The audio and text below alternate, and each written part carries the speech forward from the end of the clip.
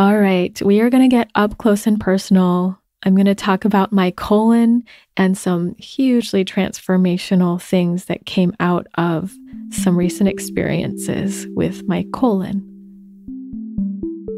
The Embodied podcast accompanies you on your journey of remembering and embodying your true nature, integration and alignment with your vibrational clarity, self-love, and living a life of beauty and wholeness.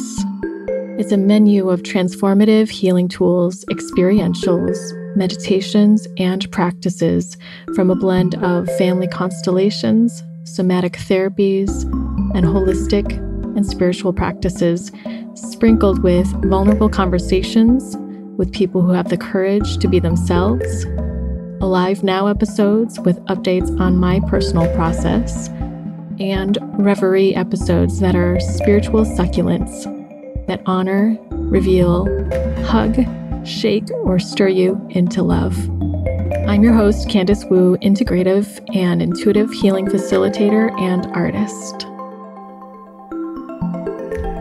Welcome back to another Alive Now episode on the Embodied podcast. Thanks so much for joining me.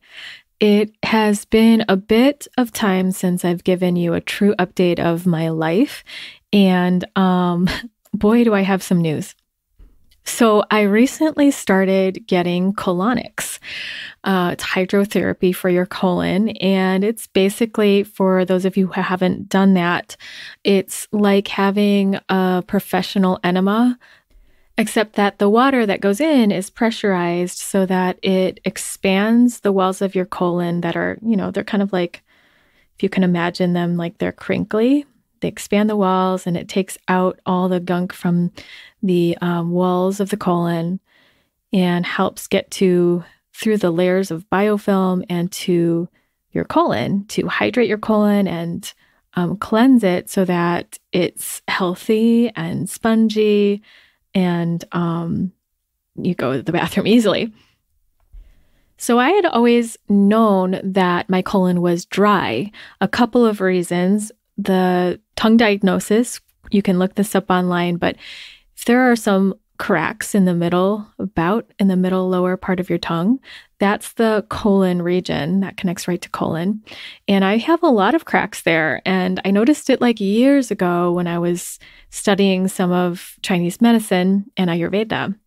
And also in Ayurveda, there's Vata, which is the elements of wind and space, or air and space, and it's basically the energy of movement, things that move, communication, emotions, moving your body. And so when I was learning about that, the seat of Vata is your colon. And I wondered, because I used to have a lot of anxiety and I used to move so fast. And then I ran a half marathon, and that's what really started my entire healing journey, is that half marathon basically made me crash afterwards. And my body was just so mad at me. It started having aches and pains. I wasn't feeling well.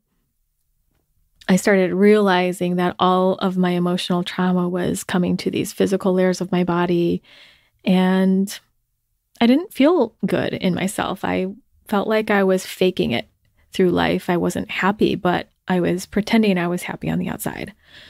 So you could say that all of the pain and hardship of the years past were just kind of like stuck inside my body. And so fast forward to now, colonics, they really should have disclaimers on colonics, especially for people who do healing work, because when you have a colonic, it's like all this gunk clears out and you start to rehydrate your colon if it's dry at all, which mine was pretty dry. It was fascinating to learn about like what I saw coming out of the tube and what might be going on the inside and how that fits my idea of what's going on. But having a disclaimer on colonics, what I mean is that my life is completely changing after a week and a half of doing this. I've done it over the week and a half. I've done it 5 times. That was the recommendation for me because my colon was pretty dry. And when you do it consecutively without much space in between, it works to break down everything a little bit better. So after the second colonic, I actually came home to the space that I'm at, and I felt like I can't live here anymore. And I had the thought, I am ready to buy a house. I always knew I would at some point, but I just didn't know when it was going to come. And after being in Michigan, after COVID started and in between my travels, as many of you know who've been listening to my podcast, I like to travel, but the last year I've just felt like staying in one place and rooting down. I'm honestly just kind of exhausted from traveling. There's the vata again, right? Like so much movement, I exhaust myself. When there's too much wind to a fire, which there's also a lot of fire in me, it smokes out. And I tend to do that in my life, but it all works out. So it just was incredibly surprising that the inspiration was, it's time to buy a house. I want to. Because originally I did not know where exactly I wanted to land. And I just felt like I couldn't make that decision yet. So disclaimer on life transitions, like watch out for giant life transitions after you do colonics. If you haven't done them ever in your life before and you go for it. But maybe that's just me. Yeah. Beware of transformation. Beware of things moving quickly, which is also what my astrologer told me, who I love, Elena of Hidden Gift Astrology. She mentioned for me that once November hit that I would begin to feel the energy of expecting the unexpected and things moving quickly. And here we go. Here we go. But also with colonics, what's happened for me is the ability to let go of just years of chapters of my life, years of history of pain and suffering and depression and anxiety, trauma. I've been working on all this for probably 15 years now. And yet some of those pieces were still coming up. And I feel like with the colonic, with the help of this kind of therapy, I started to transition into a much lighter way of being physically, but emotionally, energetically, where I am moving into, it's easy to let go of the past. It's easy to let go. It's easy to let go of things that don't serve me. Whereas before I used to, I wouldn't say dwell, but I'd hold on to stuff for a long time.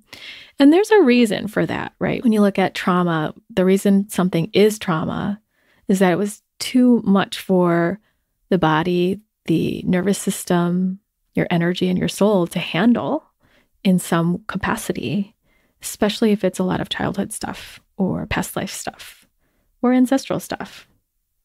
And when it's too much to handle, we hold on to it for later. And that's essentially what I did for so many years. I don't know, maybe even lifetimes. And I can feel that I'm transitioning into an easier way of being where I can let go of things with ease, where painful things I can just let go, but also see the truth of what might be coming. So, for example, I was dating this guy and this man, and on the second date, he ghosted me and stood me up. And it was this open mic that he said he was going to show up at and play at. We were both going to play and have a date. And he didn't show, and he didn't respond when I said, "Hey, are you still coming?" And I think in the past I would have been pretty hurt by that. But this time, there are many factors. This time I can let go easier, but also I was able to see, I think that he's just getting out of the way. My sense was that he was just getting out of the way because he wasn't really the right person for me. And while I liked him, I didn't really feel a strong connection, but I was willing to let that grow over time. But he chose no, so makes it easier for me. He's out of the equation, and instead of focusing on the rejection or getting ghosted or getting stood up and feeling hurt, that I could go in that direction energetically. There's still part of me that can get hurt by that a little bit, but I had more of me that was leaning into, great, this is great because he's out of the way, and whoever I'm moving towards and getting lined up for in my energy is waiting for me if I step forward, whenever that is, whenever they come, or whenever, we really match up energetically in the right time and space. That's just a small example, but I had a much deeper experience of hurt right about when I had my first colonic, where I did start to connect with somebody and we connected in a deeper way, but very quickly there were other circumstances in his life and he was dating someone else where he chose to prioritize the other person and his work.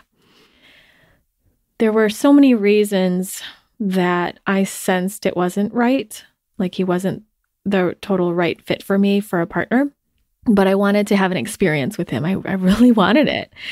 And when he turned a bit cold and when he handled it in a way that I didn't like, it was painful. And there was a whole part of me that wanted to focus on the way he was handling it and how painful that was for me and how he could have communicated better or how he should have X, Y, and Z. But then I caught myself because while I deserve that and am worthy of respect, and I didn't feel it here, while I'm worthy of good communication, he is just telling me that this is not how he functions. And he is completely free to be that way. And I didn't want to lean into being a victim of this experience because I did know coming in that his life situation left him very little time and that he was dating someone else, but I didn't know where they were at. So I kind of pseudo became victim. What do I mean by that? Almost like I want to ignore some details so that I could be the victim and blame him for being like bad communicator or doing something wrong. Even though I wouldn't say those words, but the energy of being mad at him and wanting to tell him how much it hurt me, all that was me being in that victim place where if I stood in my empowerment, I could see that I knew right well what I was doing. And I knew what I was getting into. And I walked into an emotionally risky situation. And that was so interesting because my naturopath, even with the biofeedback, she works with my energy and different messages come up. And one of the messages was that I take emotional risks. And yeah, I have over the many years. I dive into my work. I dive into what can feel painful, but I get so much out of it.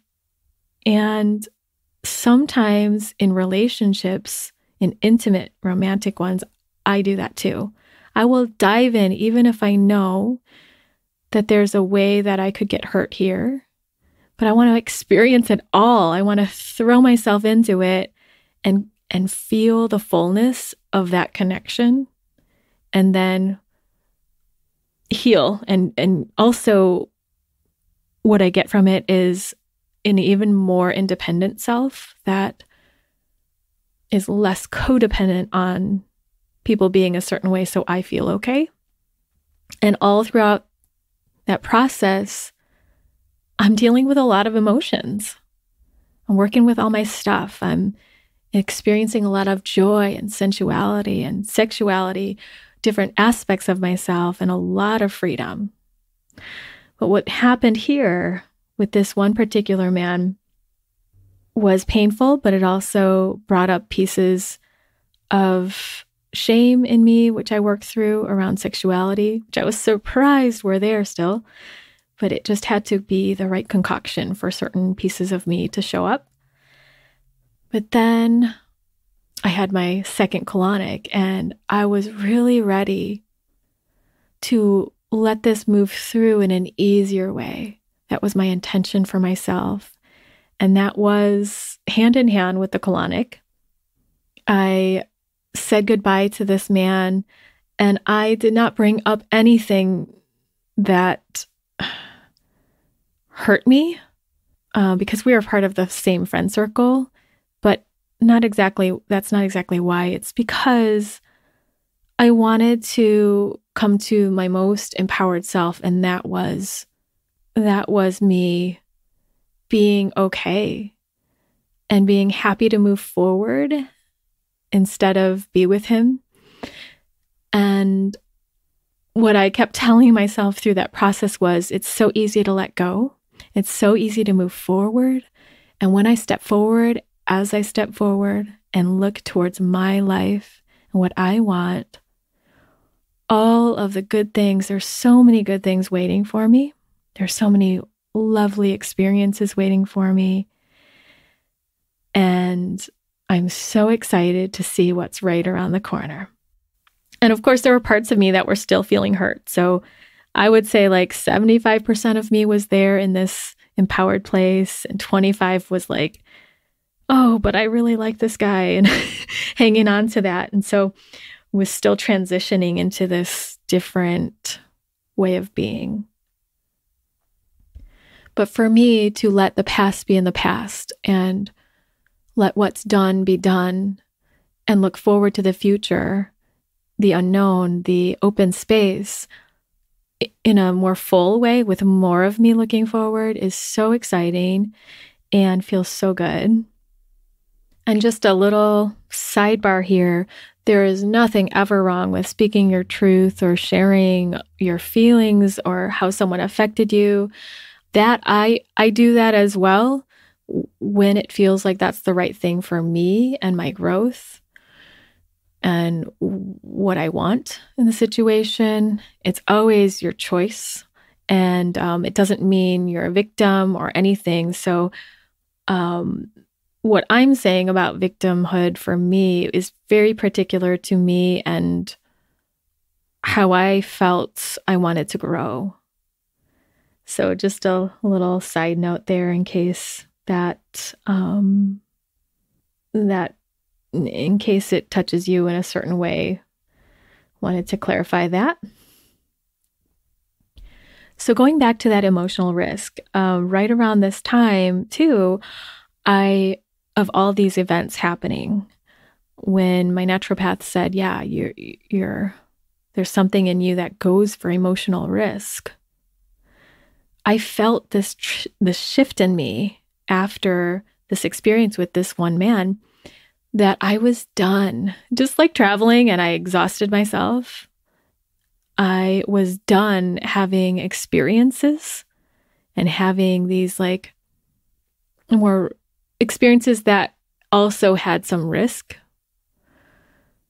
And I was ready for something easier, more gentle, more stable, but that also provides me just as much magic, adventure, and experience.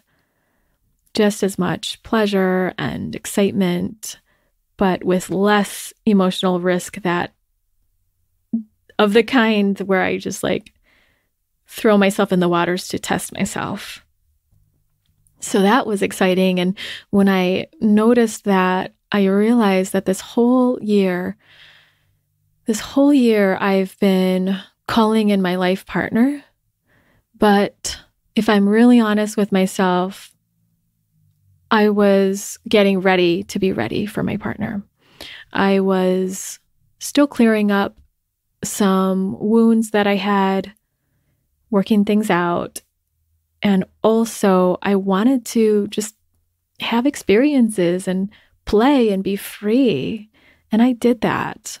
I had many experiences this year that fulfilled me and gave me meaning and gave me excitement, but also were emotionally painful, some of them. And so if I look at it, if I'm really honest, I wasn't ready to call in my partner, which is why they didn't come. And it's cool to really notice that, because I do believe we have so much power to receive exactly what we want when we are energetically in line with it, with the energy of what we want and want to feel, when we harness it in ourselves. But when we're choosing something that we want and we actually want something else, there's a pull, there's a separation of energy, and we're going to get what has more weight at that time period, in that moment. So this was a call to me to really be honest with what I desire, and not to shape what I desire, but really realize what it is that I already desire and what it is right now. Even though I wanted a life partner, I actually didn't want it until later. And I'm at the point now where I'm almost ready to have them, because I actually realize I do want to have a house before I have my partner. But if it happens at the same time, I welcome that.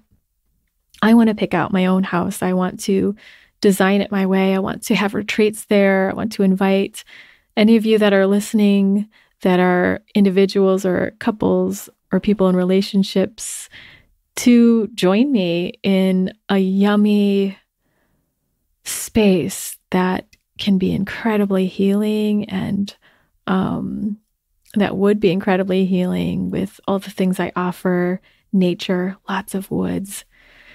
I don't even know what else. So yeah, if you have ideas for me, let me know. But I want to create that for myself. And I feel that it's important to do so. I want to share just a couple more things that have come up in the last couple of weeks. And that is, there's an experience that people tell me about where they don't know what their intuition is telling them. So have you had that experience where you think, I don't know what my intuition is telling me. I don't know what to do. But I want to invite you to notice that sometimes you do know what your intuition's saying, and perhaps you don't want to believe it. That's what happened to me in a lot of cases in this last couple of months. There were feeling senses I knew about the men I was dating, the people I was dating, but I didn't want to believe it, and I wanted to believe otherwise. But in the end, I was right. And I wonder how many of you relate to that experience where there are just things that you know and sense, but then you go and you try to see if it's really the case, or you ignore it and say, no, maybe this is something else. So I've been keyed into that, and also a little food update for those of you following my food journey. In the colonics, there was evidence that I wasn't absorbing my food fully and absorbing all the nutrients. And I've done so many different things to heal my relationship with food. And now I've just come to the statement that I choose to absorb my nutrients. I choose to absorb beauty and yummy, good things for me in all aspects of my life and from food. And I'm excited to eat. I'm excited to fill my body. Whereas in the past, I've had more negative feeling, like in the past 6 months, like, oh, it's such a chore to cook. It's such a chore to feed myself. Like, I can't do it. I can't gain weight. All these new statements, I'm going in a level deeper to change the energy with just a couple of these statements. So, how are you absorbing food in your life? How are you absorbing the good things? Are you able to absorb the yummy, delicious, sensual, awesome things in your life? And how much are you able to?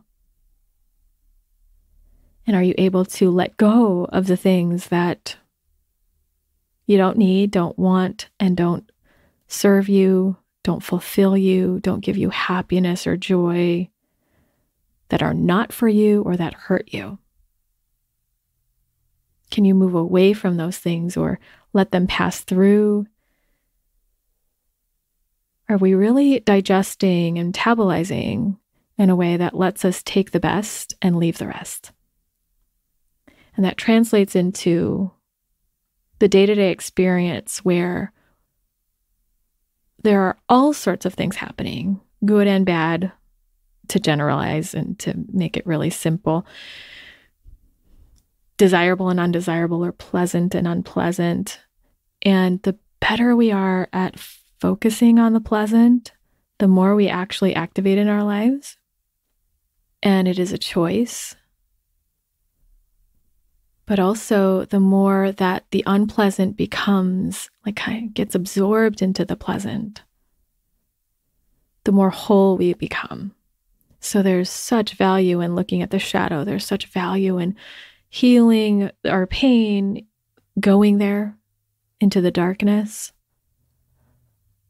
so that you can navigate all of it, but then to be able to look towards the good things, filter and sort of detoxify, no, more so filter your experience so that you get the most out of the good things and you focus the least on the things that provide suffering. And I don't mean to avoid the really essential things in your life. There are things that call to us that we need to look at. There's a time and place for that. So that exists too. That's important too, in my experience. And it's also a great skill to filter the good and to have a stronger filtering system. So, wow, went pretty personal and deep today. I mean, I just talked about my colon for almost, I don't know, how long is this podcast right now? For almost 30 minutes. Thanks for listening. Hopefully it was interesting for you, but I have such a better connection with my colon now. Like, I actually know where it is in my body, whereas I kind of thought I knew before, but I didn't. I can feel it. I can touch it and make something happen with my bowel movements if I need. Whereas before, like, I kind of knew some tricks, but I wasn't that connected to it. I can really feel it now, and that's a great feeling. So colonics might be for you, especially if you haven't ever done it, or if you feel really heavy or ready to let go of a lot of things, ready to let go of the gunk, ready to let go of the crap in your life, literally, figuratively. I have a really great referral in Detroit area if you're out here. So feel free to reach out to me if you need that. But I know that there's so many good colonic people out there. And I'm going to be doing this probably every quarter. once I go one more time, because the recommendation for me was one more time so that my colon can hydrate and have one more clearing out, and then to give it a little rest before coming back in a couple months. So we're at the end here today, but before we go, I want to mention that I'm going to be part of the Embodied Word Gathering. This is an online free event. I really love the energy of this event. It's very yummy, and it's so compassionate and grounded. It's started by Maria Ortega Garcia, and she just gathered a whole bunch of people to offer 30-minute segments about or to support people getting connected with their bodies in or for the purpose of just that deeper connection, or with artistic expression or any verbal expression. So it's really for anybody, but especially if you're an artist of any sort, or you want to learn how to express yourself in ways that connect with your body. So I'll be doing a session there on sensuality from the outside in and inside out.